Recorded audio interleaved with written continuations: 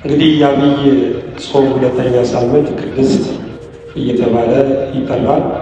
በዚህ ሳምንት በሰፊው ስለ እግዚአብሔር፣ ስለ ጌታችን፣ ስለ መድኃኒታችን ስለ ኢየሱስ ክርስቶስ የባህሪ ቅድስና በሰፊው ይሰበካል፣ እንማራለን። እግዚአብሔር መቼም ሁላችንም እንደምናውቀው ቅዱስ የሆነ አምላክ ነው። ቅዱስ ማለት ልዩ ማለት ነው።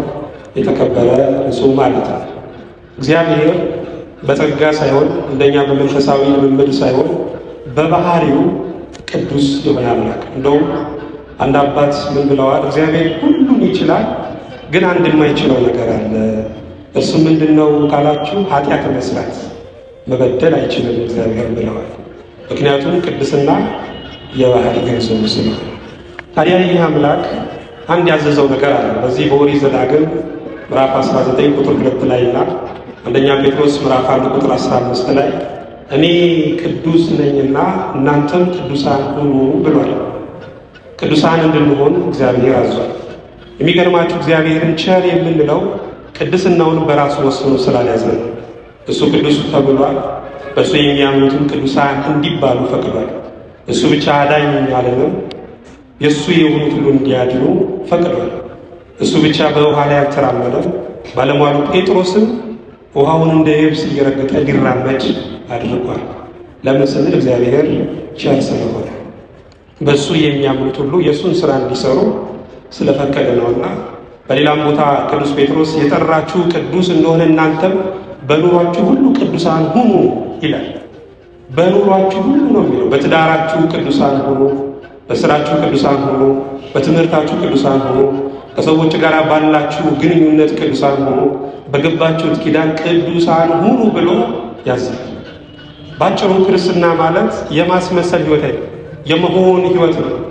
የተራራውንም ስብከት ስናይ ስለ መሆን ነው የሚናገረው። የሰማይ አባታችሁ ፍጹም እንደሆነ እናንተም ፍጹማን ሁኑ ይላል። የሰማይ አባታችሁ ሩህሩህ እንደሆነ እናንተም ሩህሩህ ሁኑ ይላል።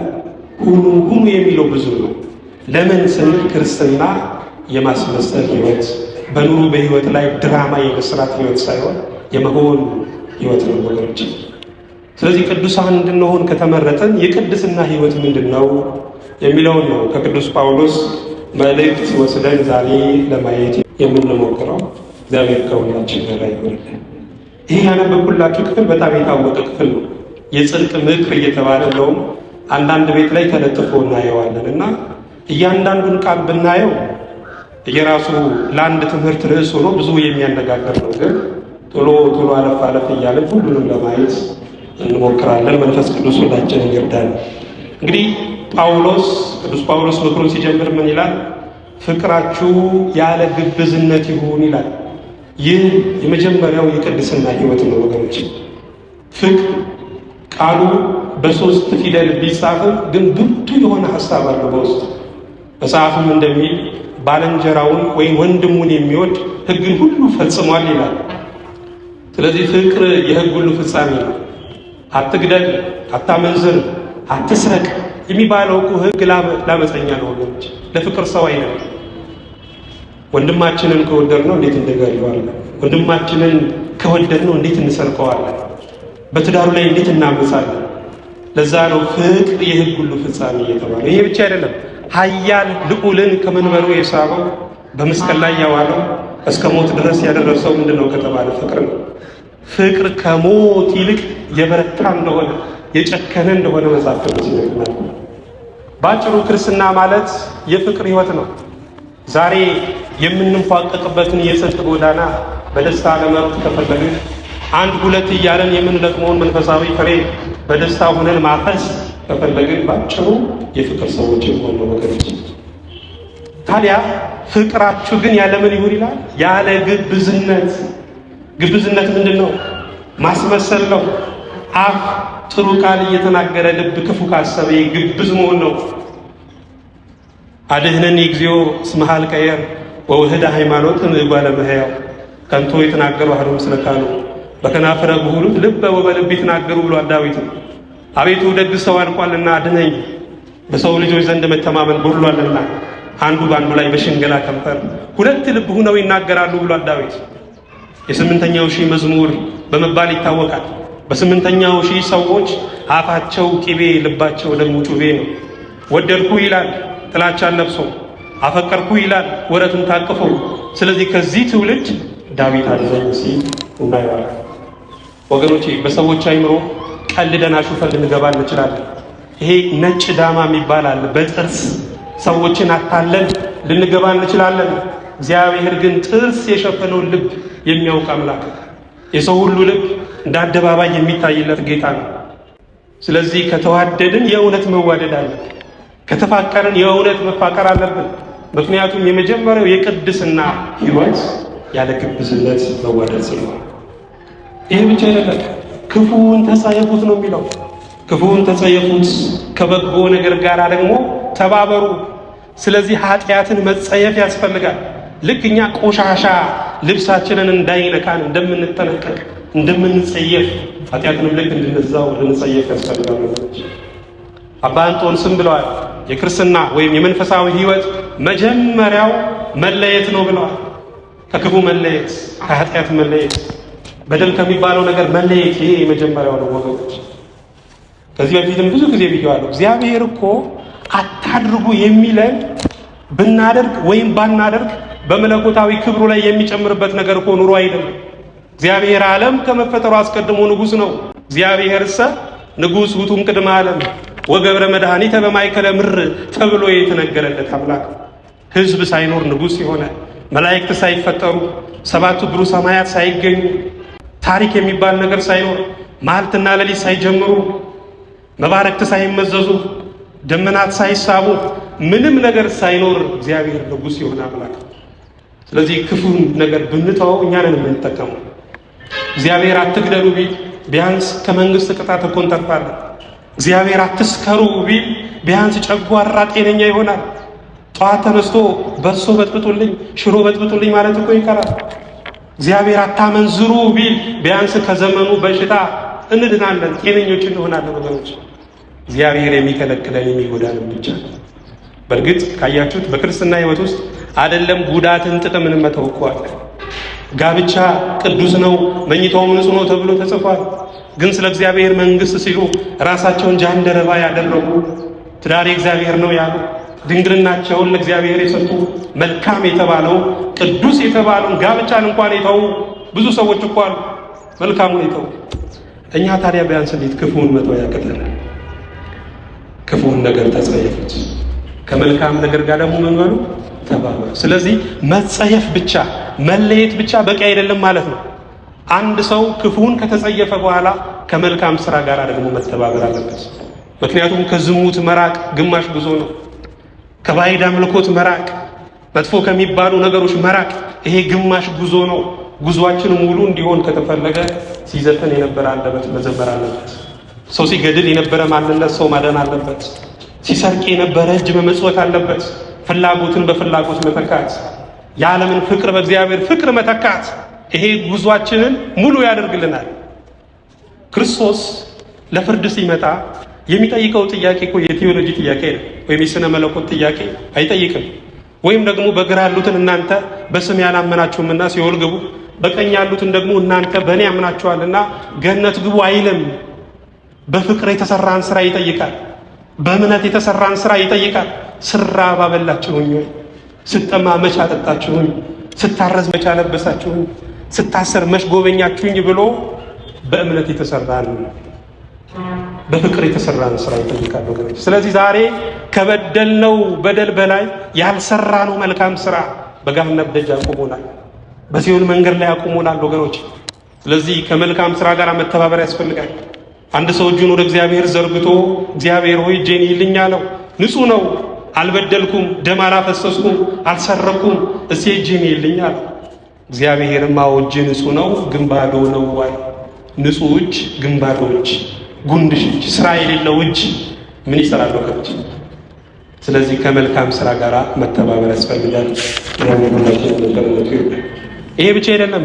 ሶስተኛው የቅድስና ምክር በወንድማማች መዋደድ፣ እርስ በርሳችሁ ተዋደዱ። በባልና በሚስት አይልም። ምክንያቱም ባልና ሚስትን 80 ሊለያቸው ይችላል፣ ፍርድ ቤት ሊለያቸው ይችላል። ወንድማማችነትን እኮ ፍርድ ቤት አይለየውም። ንብረት ሊወድም ይችላል ግን ይቀጥላል። አካል ሊጎድል ይችላል፣ ግን ይቀጥላል። ለምን? በማይፈታ የደም ሰንሰለት ስለተያያዙ ነው። ስለዚህ በወንድማማች መዋደድ እርስ በርሳችሁ ተዋደዱ ሲል ባጭሩ ፍቅራችሁ ይቅርታ ይኑረው ነው። ወገኖች እንዲህ አይነት ፍቅር አይደል አሁን የጎደለ? በእርግጥ ሰው ሁሉ የማይበድል የለም። የትም ብትሄዱ ጥሩ ሰው እንጂ ፍጹም ሰው አታገኙ። በእግዚአብሔር ቤት እንኳን ደና ጀርባ ያለው ማንም የለም። ደና ጀርባ ያለው እግዚአብሔር ብቻ ነው። ጓዳው ንጹህ እግዚአብሔር ብቻ። ሰውን ግን ትኩር ብላችሁ ካያችሁት ራሱ ስተታውጡበታላችሁ። ስለዚህ ከሰው ጋር ለመኖር ምን ያስፈልጋል? ይቅርታ ያለው ፍቅር ያስፈልጋል ወገኖች። ስለዚህ በወንድማማች መዋደድ እርስ በርሳችሁ ተዋደዱ፣ እርስ በርሳችሁ ተከባበሩ ይላል። ሌላው ደግሞ ይሄም የቅድስና ምክር ነው። መቼም እግዚአብሔር ከሚወደው ነገር አንዱ ምንድነው ካለን ክብር ነው። እግዚአብሔር የክብር አምላክ ነው። ክብር ባለበት ቦታ ላይ ነው እግዚአብሔር የሚገኘው። እግዚአብሔር የሰው ልጅን እንኳን ሲፈጥረው እኮ በክብር ነው። በመልኩ በምሳሌው ሰው አድርጎ ፈጠረው። ይህ የፈጠረው ሰው ሲበድል ደግሞ ደሙን ጠብ አድርጎ የማይሆነውን ሁሉ ሆኖ የሰው ልጅን አዳነ። በክብር ፈጠረው፣ አሁንም በክብር ያኖረዋል እግዚአብሔር። ስለዚህ የክብር አምላክ ስለሆነ ከኛ ክብርን ይፈልጋል። ሀገር የምትባረከው ይሄ ክብር ሲመለስ ነው። የሀገር ክብር መመለስ አለበት። የሃይማኖት አባቶች ክብር መመለስ አለበት። የትዳር ክብር፣ የልጆች ክብር፣ የትምህርት የሥራ ክብር መመለስ አለበት። ካለበለዚያ ወገኖች መባረክ አይደለም። እሺ ብትሉ እኮ ነው። እሺ ብትሉ ለእኔም ብትታዘዙ የምድርን በረከት ትበላላችሁ። እሺ ማለት ምን ማለት ነው? ለንስሐ እሺ ብትሉ፣ ለመከባበር እሺ ብትሉ የምድርን በረከት ትበላላችሁ። ስለዚህ በረከት የምኞት ውጤት አይደለም። በረከት የመታዘዝ ውጤት ነው። እሺ የማለት ውጤት ነው። እምቢ ካላችሁ ግን በጥባቴ ትበላችሁ፣ ሰይፌ ይበላችኋል። ሰይፍ የተባለው ጦርነት ነው። ሰይፍ የተባለው ረሃብ ነው ወገኖች። እግዚአብሔር ክብርን ይወዳል። መከባበር ያስፈልጋል። ዛሬ ማን ነው የሽማግሌን ገጽ የሚያከብረው? ሽበትን የሚያከብረው ዛሬ ማን ነው ወገኖች? መጽሐፍ ቅዱስ ስታነቡ በጣም ደስ የሚለኝ ቃል አለ። እግዚአብሔር ትልቅ ነው ማንንም አይነቅም ተብሎ ተጽፏል። የዓለም የትልቅነት መገለጫ ምንድነው ካልን መናቅ ነው። የተማረው ያልተማረውን ይንቀዋል። ሀብታሙ ድሃውን ይንቀዋል።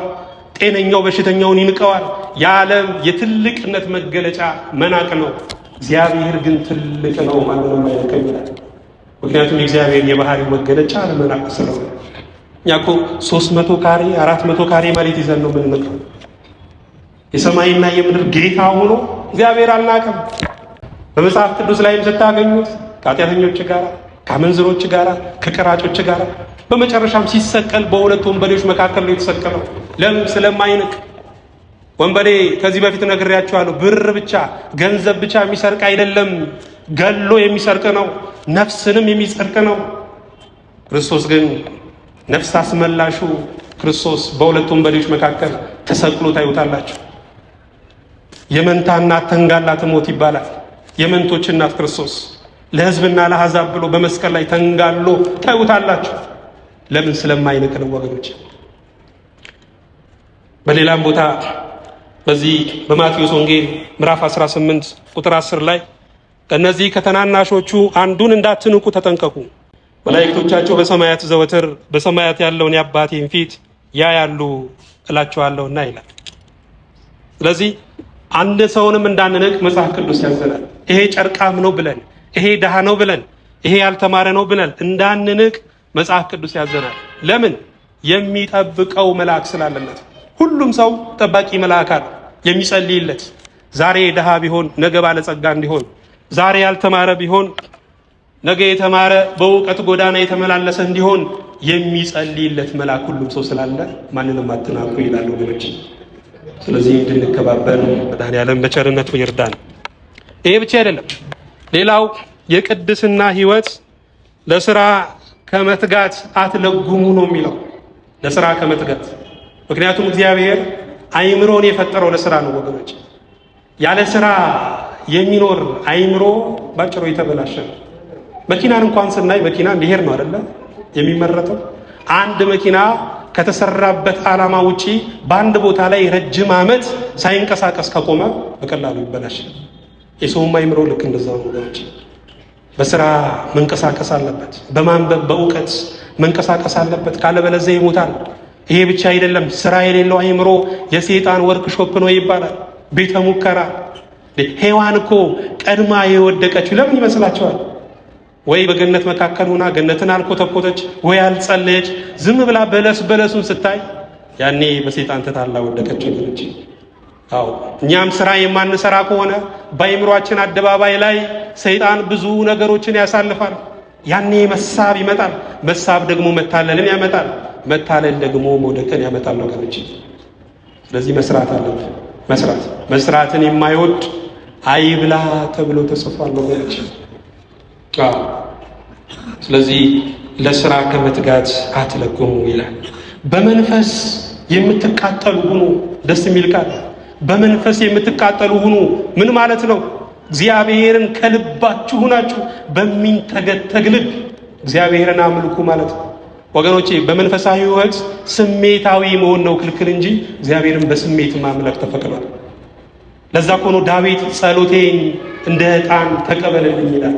እንደምን? እንደ ዕጣን ተቀበልልኝ። ምክንያቱም ዕጣን የሚጨሰው በእሳት ነው። በእሳት ሲጠበስ ነው ያኔ ወደ ሰማይ ያረጋግጣል። ጸሎታችንም ቅድመ እግዚአብሔር የሚደርሰው በክርስቶስ ፍቅር በተካተለ ልብ ስንጸልይ ነው ወገኖች። ለምንድን ነው የምንዘምረው? ለምንድን ነው የምናገለግለው? ጭር እንዳይለው ዝምታን ለመስበር ነው? ወይም አረረም መረረም ድግስ ልወጣ በሚለው ፈሊጥ እንደዛ ነው የምንዘምረው? ዝማሬ አምልኮ ነው። ቃል እግዚአብሔርን መናገር መስማትም አምልኮ ነው ወገኖች። እዚህ ላችኋል በብሉይ ኪዳኑ አገልግሎት በቅድስተ ቅዱሳን ውስጥ በሌሊትም በቀንም ለእግዚአብሔር የሚቀርብ የዕጣን መስዋዕት ነበረ። ያ የዕጣን መስዋዕት የሚቀርበው ወይም ፍም እሳቱ የሚመጣው ከመንደር እሳት አልነበረም። እንደውም ከመንደር እሳት አምጥተው ያንን ዕጣን ያጤሱ ሰዎች ተቀጥተዋል። ያ ፍም እሳት ግን የሚመጣው ከነሐሱ መሠዊያው ስር ፍም እሳቱ ወስደው ያንን ዕጣን በእግዚአብሔር ፊት ያቀርቡታል። የነሐሱ መሠዊያ ቀራንዮ ነው። ዕጣኑ ደግሞ አምልኮ ወይም ጸሎቱ ነው። ፍም እሳቱ ግን የክርስቶስ ፍቅር ነው ወገኖች፣ ወይም ደግሞ ስለኛ የተከፈለው ውድ ዋጋ ነው። ስለዚህ አንድ ሰው በሚንተገተግ ልብ ለእግዚአብሔር አምልኮ ለማቅረብ የክርስቶስን መስዋዕትነት የክርስቶስን ቤዛነት ማሰብ ያስፈልገዋል ወገኖች። የመንደሩ እሳት ግን የአምልኮ ቄንጥ ነው፣ የአምልኮ ስታይል ነው ወገኖች። እግዚአብሔር ዘመናዊ አምላክ አይደለም። እግዚአብሔር ዘላለማዊ የሆነ አምላክ ነው። ስሙ የተመሰገነ ነው። ስለዚህ በመንፈስ የምትቃጠሉ ሁኑ፣ ከልባችሁ እግዚአብሔርን አስቡ ነው፣ ሌላ አይደለም።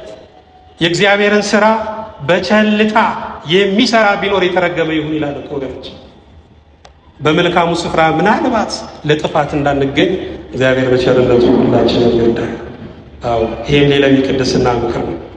ለጌታ ተገዙ ይላል። ሌላው ምክር ለጌታ ተገዙ። ምክንያቱም የሰው ልጅ ከመገዛት ነፃ አይደለም። አይምሮው ራሱ ዝንባሬው መገዛት ነው። ለእግዚአብሔር አልገዛም የሚል ሰው ካያችሁ ወይ ለጠንቋይ ይገዛል፣ ወይ ለሰይጣን፣ ወይ ለውበቱ፣ ወይ ለገንዘቡ ይገዛል። ለምን? የሰው ልጅ ሳይገዛ መኖር ስለማይችል ነው ወገኖች። ስለዚህ ለክፉ ነገር ከመገዛት ለደጉ ጌታ መገዛት እጅግ መታደል ነው ወገኖች። የሰው ሁሉ ፍጻሜ እግዚአብሔርን ማወቅ። ለዛ ነው ካያችሁ ዘፋኞች ዘፍነው መጨረሻ ላይ አንድ መዝሙር መዘመር ይመኛሉ። መዝሙር እኮ ሊያወጣ ፈልጎ ነበረ ሲባል ሰምተናል። ነገስታትም ክደው መጨረሻ ላይ ንስሐ መግባት ነው የሚፈልጉት። ለምን? የሰው ፍጻሜ እግዚአብሔርን ማወቅ ስለሆነ ወገኖች። አልገዛም የሚል ሰው ግድ እኮ በሁለት ነገር ይገዛል። የመጀመሪያው በልደት፣ ሁለተኛው ደግሞ በሞት ነው። በሞት እግዚአብሔር መውጫችንንና መግባችንን ፈቃዱን ለማስከበር ዘብ ሆኖ ቆሟል። ስለዚህ ማንም ወዶ ወደዚህ ምድር አልመጣም በእግዚአብሔር ፈቃድ። ማንም ወዶ ከዚች ምድር አይሄድም በእግዚአብሔር ፈቃድ። ይሄ ለማን መገዛት ነው ወገኖች? እግዚአብሔር መገዛት። አዎ ለጌታ ተገዙ። ዛሬ እንሰማለን ወር ጠብቀው እንኳን የሚገብሩላቸውን ለሚያስጨንቁ ለአጋንንት ሰዎች ሲገዙ እናያለን። አጋንንት ክፉዎች ናቸው። መርዝ ሽቶ የሚያስጠጡ ዛፍ ላይ የሚያሳድሩ ናቸው። ዛሬ በከተማው አንካሴ ተክለው ሌሊቱ ሙሉ የከተማውን ዘፈን ሲዘፍኑ የሚያድሩ በማን ኃይል እየተገዙ መሰላቸው? በአጋንንት። ስለዚህ ለሰይጣን ከመገዛት ለዚህ ክፉ ገዢ ከመገዛት ለእግዚአብሔር በፍቅር መገዛት መታደል ነውና በእውነት 1000 ዓመት ተሰጥቶን 1000ንም ዓመት ለሱ ብንሰጥ ለሱ ብንገዛ ያንስበታል እንጂ አይበዛበትምና ለሱ መገዛትን እግዚአብሔር ለሁላችን ያድለን። ለጌታ ተገዙ። በተስፋ ደስ ይበላችሁ። መቼም ተስፋ ሁለት ደስታ ነው። የመጀመሪያው ሲሰጥ ተስፋ ደስ ይላል። ሁለተኛው ደግሞ ተስፋው ሲፈጸም ሌላ ደስታ ነው። አያችሁ፣ ተስፋ ድርብ የሆነ ደስታ አለው። ከዚህ በፊትም ብዙ ጊዜ እንዳልኩት ደስታ በዝሙት ደስታ በመጠጥ የሚገኝ አይደለም። እነዚህ እንደውም የደስታችን ተዋጊዎች ናቸው። ደስታ በመልክዓ ምድር ውስጥ፣ ደስታ በጊዜ ውስጥ የለም። ደስታ አየር ላይ በመሄድ ደስታ ውሃ ላይ ቤት በመስራት የለም። የደስታ ድልዳርና መሰረቱ ደስታ የሚንቆረቆረው እግዚአብሔር ከሚሰጠው ተስፋ ነው። ለዛ ነው በተስፋ ደስ ይበላችሁ። እግዚአብሔር ቅዱሳንን እኮ የመራበት ምስጢር ሌላ አይደለም፣ ተስፋ ነው። አብርሃምን በተስፋ ከካራን አወጣው፣ በተስፋ መራው፣ በተስፋ ባረከው። አበዛሃለሁ እያለ ዘርህ የጠላትን ደጅ ይወርሳል፣ ዘርህ እንደ ሰማይ ከዋክብት እንደ ምድር አሸዋ ይሆናል እያለ እግዚአብሔር አብርሃምን በተስፋ ባረከው። ዛሬም ወገኖቼ ትልቁ በረከታችን ተስፋ ነው። ተስፋ ከሌለው እግረኛ ይልቅ ተስፋ ያለው ሽባ ካሰበበት ይደርሳል። ስለዚህ ተስፋ እንዳትቆርጡ። ነገር ግን ይላል እኮ ሐዋርያው ቅዱስ ጳውሎስም አምላክ እንደሌለው እንደሌላው ተስፋ እንዳትቆርጡ ይላል። አምላክ የሌለው ሕዝብ አለ፣ መጠጊያ የሌለው ሕዝብ አለ። እነሱ ተስፋ ሊቆርጡ አይገርምም ወገኖች። እኛ ግን አባት ያለን ልጆች፣ ጌታ ያለን ሕዝቦች ነን። አባት ያለው ልጅ፣ ጌታ ያለው ሕዝብ ሙሉ ተስፋ አለው። የሚፈጸም ተስፋ አለው። ወድቆ የማይቀር ተስፋ አለው ወገኖች። ስለዚህ ተስፋ እንዳትቆርጡ። የሰይጣን እንኳን የመጀመሪያው ፈተና ምን ይመስላችኋል? ተስፋን እኮ መገዝገዝ ነው። ዝሆን የሚያድኑ ሰዎችን ካያችሁ መጀመሪያ የሚያደርጉት ዝሆኑ የሚደገፈውን ዛፍ ገዝግዘው ትንሽ ሲቀረው ትተው ይሄዳሉ። ከዛ ዝሆኑ መጥቶ ዛፉን ሲደገፈው ተያይዞ ከዛፉ ጋር ይወድቃል። ከዛ መጥተው የፈለጉትን ያደርጉበታል። ቢፈልጉ ጥርሱን ያወጡታል፣ ቢፈልጉ ቆዳውን ይገፉታል። ሰይጣንም ልክ እንደዛው ነው የሚያደርገው። ተስፋችንን ገዝግዞ ትንሽ ሲቀረው ትቶን ይሄዳል። ያኔ ማንም ሳይገፋን ራሳችን እንወርቃለን ወገኖች። ስለዚህ ያላገጥንበትን ያህል እንዳላግጥብን፣ ያሾፍንበትን ያህል እንዳያሾፍብን ወገኖች ተስፋ መቁረጥን፣ ቀቢጸ ተስፋን ማስወገድ ያስፈልጋል። በተስፋ ምን ይበላችሁ? በተስፋ ደስ ይበላችሁ።